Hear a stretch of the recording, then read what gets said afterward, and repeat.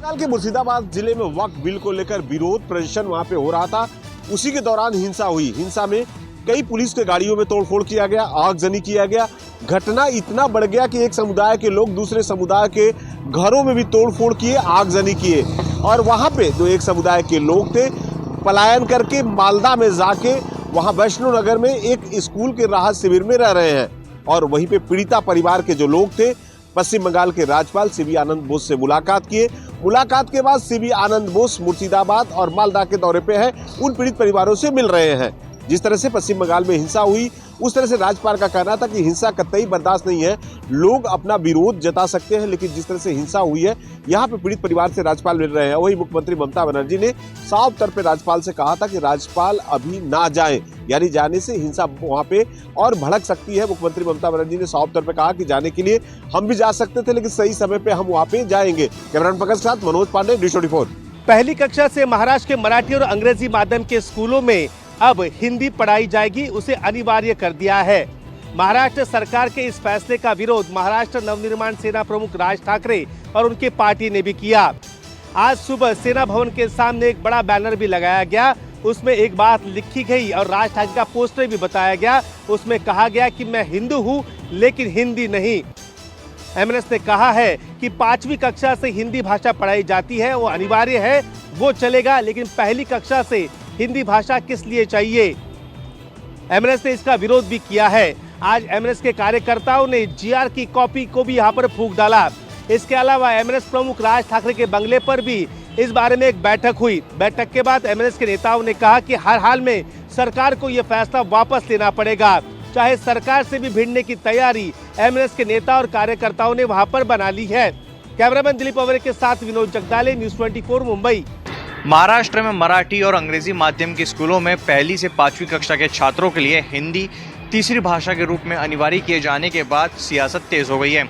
जहां एक तरफ विपक्षी पार्टी जैसे कि एमएनएस और उद्धव गुट ने इसका विरोध किया है, तो वहीं सरकार में शामिल एनसीपी और शिवसेना ने उन राजनीतिक पार्टियों की निंदा की है जो इस फैसले का विरोध कर रही है। राज्य के उप मुख्यमंत्री अजित पवार ने कहा कि जो लोग इस फैसले का विरोध कर रहे हैं वे वास्तविक मुद्दे न होने के कारण अनावश्यक विवाद खड़ा कर रहे हैं। अजित पवार ने आगे कहा कि मराठी हमारी मातृभाषा है और राज्य में हमेशा इसे पहली प्राथमिकता दी जाएगी। कुछ लोग हिंदी भाषा को लेकर विवाद इसलिए पैदा कर रहे हैं क्योंकि उनके पास और कुछ करने को है नहीं। महाराष्ट्र में ये पहली बार नहीं है कि मराठी और गैर मराठी भाषा को लेकर कुछ इस तरीके का विवाद या राजनीतिक हो। कुछ महीनों से लगातार मराठी और गैर मराठी भाषा पर महाराष्ट्र में राजनीति देखने मिल रही है। कैमरा पर्सन अचल सिंह के साथ अंकुश जायसवाल, News24 मुंबई। बीजेपी में संगठन चुनाव की प्रक्रिया तेज हो गई है और इस बीच मंथन का दौर भी जारी है। बीएल संतोष, जो कि पार्टी के संगठन महामंत्री हैं, उन्होंने आज देश के 3 हिस्सों के अलग अलग 3 मुख्यमंत्रियों से मुलाकात की। मानिक शाह से मुलाकात हुई, जो त्रिपुरा के मुख्यमंत्री हैं। इसके अलावा गोवा के मुख्यमंत्री प्रमोद सावंत से भी बीएल संतोष की मुलाकात हुई और राजस्थान के मुख्यमंत्री से भी उनको मुलाकात हुई। आने वाले 1-2 दिनों में बाकी 3-4 और राज्यों के मुख्यमंत्रियों से भी बीएल संतोष मुलाकात करेंगे। उसकी जो बैठक है मुख्यमंत्रियों के साथ, ये माना जा रहा है कि संगठन महामंत्री जो तमाम मुख्यमंत्री हैं और बड़े राज्यों से आते हैं और खासकर किसी क्षेत्र विशेष को रिप्रेजेंट करते हैं, उन मुख्यमंत्रियों से बातचीत करके पार्टी एक तरह से मंथन की प्रक्रिया से आगे बढ़ रही है। कैमरामैन कुलदीप के साथ कुमार गौरव, News24 दिल्ली। मायावती ने अपने कार्यकर्ताओं को निर्देश दिए हैं कि 2027 में अगर बीएसपी की सरकार बनानी है तो काशीराम के फार्मूले पर अमल करना होगा। अगले 5 महीनों में बूथ स्तर तक की कमेटियों के गठन की हिदायत भी मायावती ने अपने कार्यकर्ताओं को दी है। अपने जनाधार को लगभग पूरी तरीके से खो चुकी मायावती अब काशीराम के फार्मूले पर वापस लौट रही हैं। उन्होंने पार्टी के अहम पदाधिकारियों को निर्देश दिए हैं कि काशीराम ने जिस तरीके से देश के अलग अलग हिस्सों में बूथ स्तर पर दलितों को जोड़ते हुए कमेटियां गठित की थी, ठीक उसी तरीके से अगले 5 महीने में बूथ की कमेटियों का गठन कर लिया जाए। काशीराम की तर्ज पर जमीन पर संगठन दिखने लगेगा तो 2027 में बहुजन समाज पार्टी की सरकार बनने से कोई नहीं रोक पाएगा। मायावती अब नेताओं को काशीराम के काम करने के तौर तरीके भी समझा रही हैं, जिससे संगठन को मजबूत किया जा सके। निचले स्तर पर अपने संगठन के गठन पर खुद मायावती भी नजर रख रही हैं ताकि संगठन को जमीनी स्तर पर दुरुस्त किया जा सके। कैमरा पर्सन धर्मेंद्र कुमार साहू के साथ मानव श्रीवास्तव, लखनऊ, न्यूज़ 24। एक देश एक चुनाव को लेकर जहां केंद्र सरकार अपनी ओर से तैयारियां कर रही है, वहीं राजस्थान बीजेपी ने भी इससे लेकर डिजिटल समर्थन अभियान की शुरुआत कर दी है। पार्टी के राजस्थान अध्यक्ष मदन राठौड़ की ओर से आज इस अभियान की शुरुआत की गई है। इसके तहत आम जनता के बीच में एक QR कोड सर्कुलेट किया जाएगा और इस QR कोड को स्कैन करने वालों के नाम, पता, उम्र के साथ साथ एक राष्ट्र एक चुनाव पर उनकी सहमति का भी दर्ज की जाएगी और इस तरह से जो जनरेट होगा, संख्या जितनी आएगी उसे राष्ट्रपति के पास भेजा जाएगा और बताया जाएगा कि आम जनता एक राष्ट्र एक चुनाव की पक्षधर है, क्योंकि वह नहीं चाहती कि बार बार चुनाव हो और देश में सरकारों का खर्चा भी लगातार इसके चलते बढ़ता रहे। तो बीजेपी ने राजस्थान से इस अभियान की शुरुआत कर दी है। ऐसे में यही देखना होगा कि आने वाले दिनों में राजस्थान बीजेपी की ओर से कितने लोगों का समर्थन एक राष्ट्र एक चुनाव के लिए जुटाकर उसे राष्ट्रपति के पास भेजा जाएगा।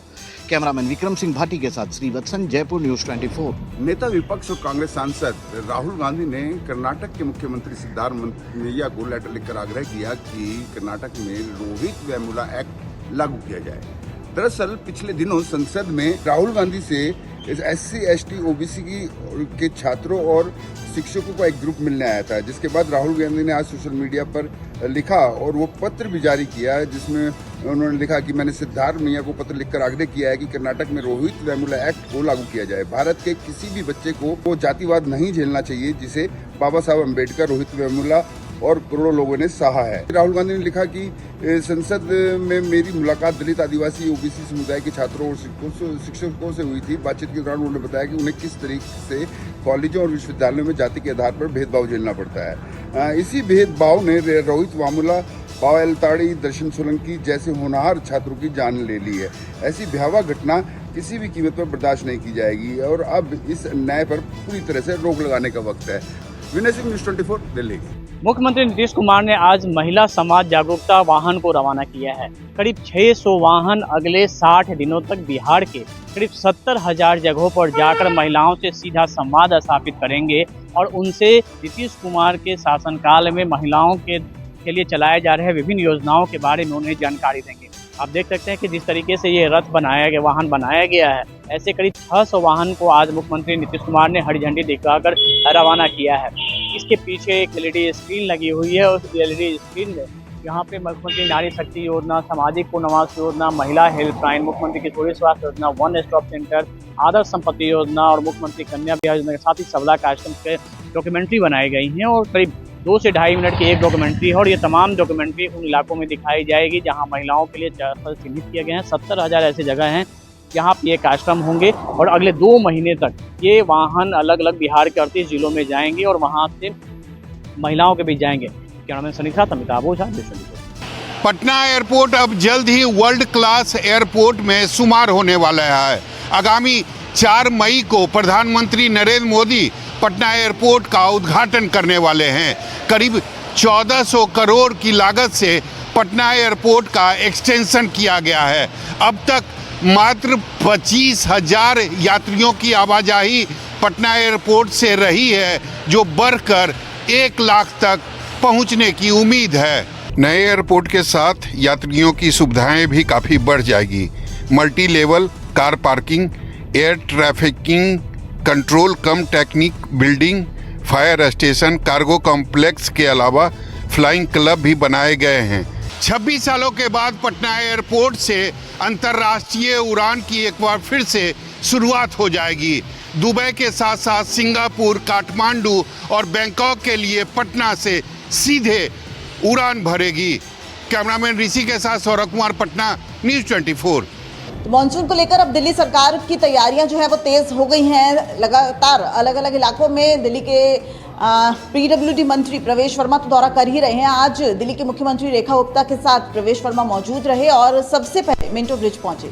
ये वो जगह है जहां पर अक्सर मानसून में देखा जाता है कि कई फीट पानी भर जाता है। पिछली बार तो यहां पर एक पूरी बस ही डूब गई थी और उसमें जो बस में सवार युवक था उसकी मौत भी हो गई। एक बार और भी एक तस्वीर सामने आई थी जिसमें एक रिक्शा चालक की मौत हो गई थी। तो यानी कि ये सबसे ज़्यादा सेंसिटिव एरिया है जल भराव को लेकर। ऐसे में इसका दौरा दिल्ली के मुख्यमंत्री ने किया। जिस तरीके से डिसिल्टिंग की बात लगातार सामने आ रही है, साथ ही साथ वाटर सीवेज ट्रीटमेंट प्लांट्स जो हैं उन पर भी काम हो रहा है। यमुना में जो लगभग 26 नाले गिरते हैं उनकी सफाई भी लगातार जारी है। इस वक्त दिल्ली सरकार जो है वो मानसून को लेकर पूरी तरीके से एक्शन मोड में नजर आ रही है और हर वो इलाका जो कि चिन्हित है दिल्ली में, जो सेंसिटिव इलाका है जहां पर अक्सर मानसून में पानी भर जाता है, उनकी स्पेशल देखरेख की जा रही है कि इस बार दिल्ली वालों को उस समस्या से दो चार न होना पड़े। कैमरामैन विजय के साथ दिव्या अग्रवाल, दिल्ली न्यूज़ 24। दिल्ली के सीलमपुर इलाके में कल देर शाम एक कुणाल नाम के युवक की चाकू घोंपकर हत्या कर दी गई। इस मामले में जो आरोप है वो दूसरे समुदाय के कुछ लोगों पर है, जिसको लेकर अब लगातार जो है वो दिल्ली में एक तरह से ये कहा जाए कि एक बार फिर से सियासत गरमा सकती है, राजनीति इस मुद्दे पर जमकर हो सकती है। लेकिन फिलहाल सीलमपुर की अगर मैं तस्वीरें दिखाऊं तो यहाँ पर अब बड़ी संख्या में लोगों ने अपने अपने घरों पर इस तरह के जो है वो पोस्टर लगा दिए हैं। यह मकान बिकाऊ है, हिंदू पलायन कर रहा है। रेखा गुप्ता जी यानी कि दिल्ली के जो मुख्यमंत्री हैं उनको संबोधित करते हुए ये जो यहाँ पर ये पोस्टर लगाया गया। इसके साथ ही एक और मकान है, देखिए यहाँ पर भी लिखा है हिंदू पलायन कर रहा है, मोदी जी मदद करो। ऐसे ही आगे भी देखिए ये भी एक मकान है, ये मकान बिकाऊ है, हिंदू पलायन कर रहा है, मोदी जी, यानी कि मोदी जी का नाम, योगी जी का नाम और दिल्ली की मुख्यमंत्री रेखा गुप्ता का नाम। हर जितने भी यहाँ पर हिंदुओं के मकान हैं उसमें इसी तरीके से पोस्टर यहाँ पर इस पूरी गली में, इस पूरे जे ब्लॉक में नज़र आ रहे हैं। तो बहरहाल अब देखना ये है कि इस पर आने वाले दिनों में किस तरीके से लोगों का रुख रहता है, या फिर पुलिस और प्रशासन या फिर सरकार का क्या रुख रहता है। कमिश्नर प्रहलाद के साथ मैं कौशिक, न्यूज़ 24 दिल्ली। यमुना में झाग जैसी स्थिति फिर एक बार बन गई है और झाग जो है वो काफ़ी तादाद में यमुना में देखा जा रहा है। कालिंदी कुंज पर जो झाग का जो तादाद है वो बहुत ज़्यादा बढ़ी हुई है। इसको लेकर के हालांकि दिल्ली के चुनाव में काफ़ी मुद्दा बना था कि यमुना की सफाई आम आदमी पार्टी और बीजेपी दोनों ही चुनाव में मुद्दा बना करके कूदी थी, लेकिन जो यमुना है वो अभी साफ़ होती हुई नहीं दिखाई दे रही है। जिस तरीके से दिल्ली में सरकार ने कहा था कि जो यमुना है उसको बहुत जल्द साफ़ कर दिया जाएगा, उसका काम शुरू हो गया है। तमाम तरीके के घाटों पर यमुना की सफाई का कार्य शुरू किया गया था, लेकिन जिस तरीके से दिल्ली के यमुना में झाग को रोकने के लिए दावे किए गए थे वो कहीं ना कहीं जो है वो फेल होते हुए दिखाई दे रहे हैं। इसको लेकर के आम आदमी पार्टी बीजेपी पर हमलावर है कि जिस तरीके से बीजेपी ने झाग को लेकर के चुनाव में मुद्दा बनाया था, लेकिन अब वही बीजेपी दिल्ली की यमुना के झाग को कम नहीं कर पा रही है। कैमरा पर्सन राणा अविनाश के साथ मैं यूसुफ, न्यूज़ 24 दिल्ली। जम्मू रीजन के कई जिलों में सुरक्षा बलों का आतंक के खात्मे के लिए बड़ा सर्च ऑपरेशन चल रहा है।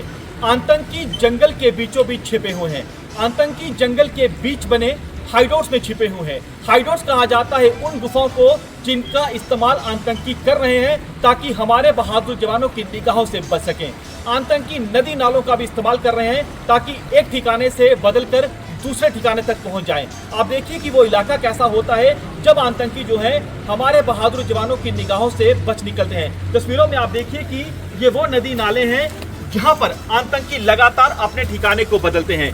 चुनौतियां हमारे जवानों के सामने बेहद ज्यादा होती हैं, लेकिन जवान हर चुनौती को पार करते हैं। वो गुफाएं कैसी होती हैं वो हम आपको दिखाएंगे। ये आप तस्वीरों में देखिए कि बेहद लंबी ये गुफा जो है वो साफ तौर पर आप तस्वीरों में देख सकते हैं। यहाँ पर खतरा जो है वो बेहद ज्यादा हो सकता है।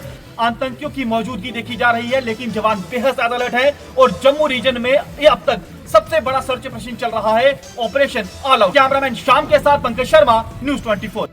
यूपी में बदला मौसम का मिजाज, पेड़ और बिजली के खंभे गिरे, आंधी बारिश से 11 लोगों की मौत। यूपी के कई जिलों में बीते गुरुवार को अचानक मौसम बदल गया। अवध में तेज बारिश और आंधी और ओलावृष्टि से अयोध्या, बाराबंकी, अमेठी में कहर बरपाया है। बाराबंकी में टीन शेड और दीवार पेड़ गिरने से चपेट में आए 5 लोगों की मौत हो गई, 6 लोग घायल हो गए। अयोध्या में अलग अलग हादसों में 5 लोगों ने दम तोड़ दिया, 4 लोग घायल हो गए। अमेठी में बिजली गिरने से एक महिला की मौत हो गई।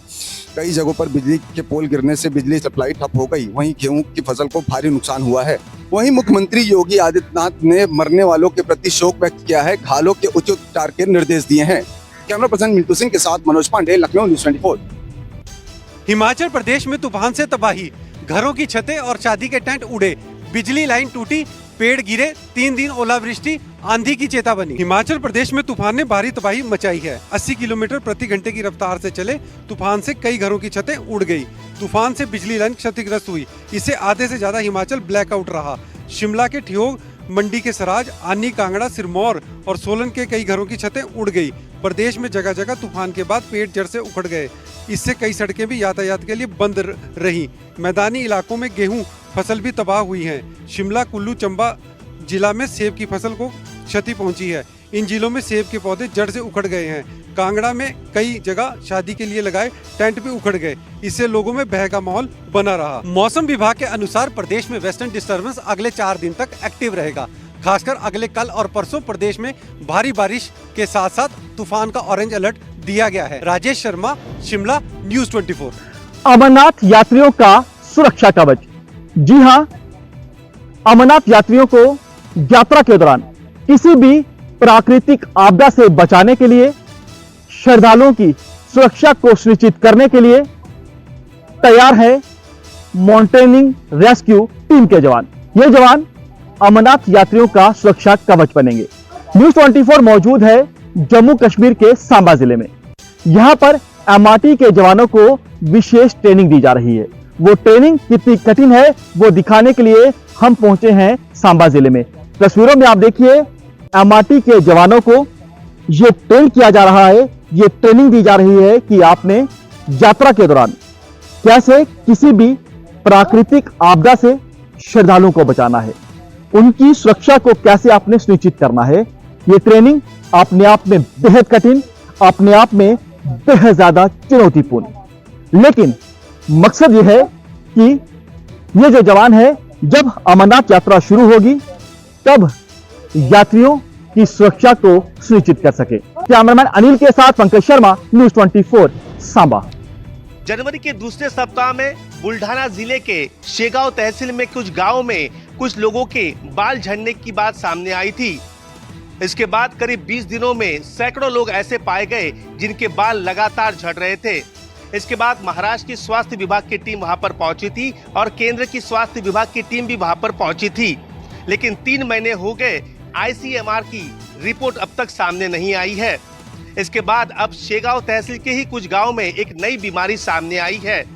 अब तक करीब 29 मरीज इन गांवों में ऐसे पाए गए हैं कि जिनके हाथ और पैरों के नाखून गलने लगे हैं। स्वास्थ्य विभाग अब तक ये नहीं बता पाई है कि आखिरकार ये बीमारी क्या है। जिनके नाखून गल चुके हैं उन नाखून के नमूने वहां पर इकट्ठा करके अब वो जांच के लिए भेजे गए हैं, लेकिन अब गांव के लोगों में दहशत का माहौल है कि आखिरकार बाल झड़ने के बाद ये नाखून क्यों झड़ रहे हैं। फिलहाल स्वास्थ्य विभाग इस पर चुप्पी साधे हुए हैं। कैमरामैन विनोद सिंह के साथ विनोद जगदाले, न्यूज़ 24 मुंबई। MRT यानी माउंटेनिंग रेस्क्यू टीम के जवान कैसे किसी भी बड़े रेस्क्यू ऑपरेशन को अंजाम देते हैं वो दिखाने के लिए हम पहुंचे हैं जम्मू कश्मीर के सांबा जिले में। तस्वीरों में आप देखिए कि जो जवान है वो स्लैडरिंग करते हुए जो है वो नीचे की ओर आ रहे हैं, यानी इन जवानों को हेलीकॉप्टर की मदद से उतारा गया है। जवान आप देखिए कि कैसे यहाँ पर स्लैडरिंग के जरिए नीचे आए हैं। दूसरा जो जवान है वो जुमारिंग के जरिए ऊपर जा रहा है। रियल टाइम सिचुएशन जवानों को ये बताई गई है कि क्योंकि कई ऐसे इलाके होते हैं जिन इलाकों में हेलीकॉप्टर की मदद से इन जवानों को उतारा जाता है और ऐसे में जवान कैसे कितनी जल्दी जो है किसी भी राहत बचाव कार्य को अंजाम देते हैं वो हम आपको दिखा रहे हैं। दूसरा आप सामने देखिए यहाँ पर बर्मा ब्रिज जो है उसे तैयार किया गया है, उसे जवान जो है कैसे पार कर रहे हैं। यानी कई जगह पर जब रास्ते कट जाते हैं, बादल फटता है, तेज बारिश आती है, तो कैसे जो रास्ते कट जाते हैं या कोई प्राकृतिक आपदा आती है तो ऐसे में जवान कितनी जल्दी जो है बर्मा ब्रिज को तैयार करते हैं। वो सामने आप देखिए कि बर्मा ब्रिज को तैयार किया गया है और जवान जो है कैसे रेस्क्यू ऑपरेशन को अंजाम दे रहे हैं। कैमरामैन अनिल के साथ पंकज शर्मा, न्यूज़ 24 जम्मू।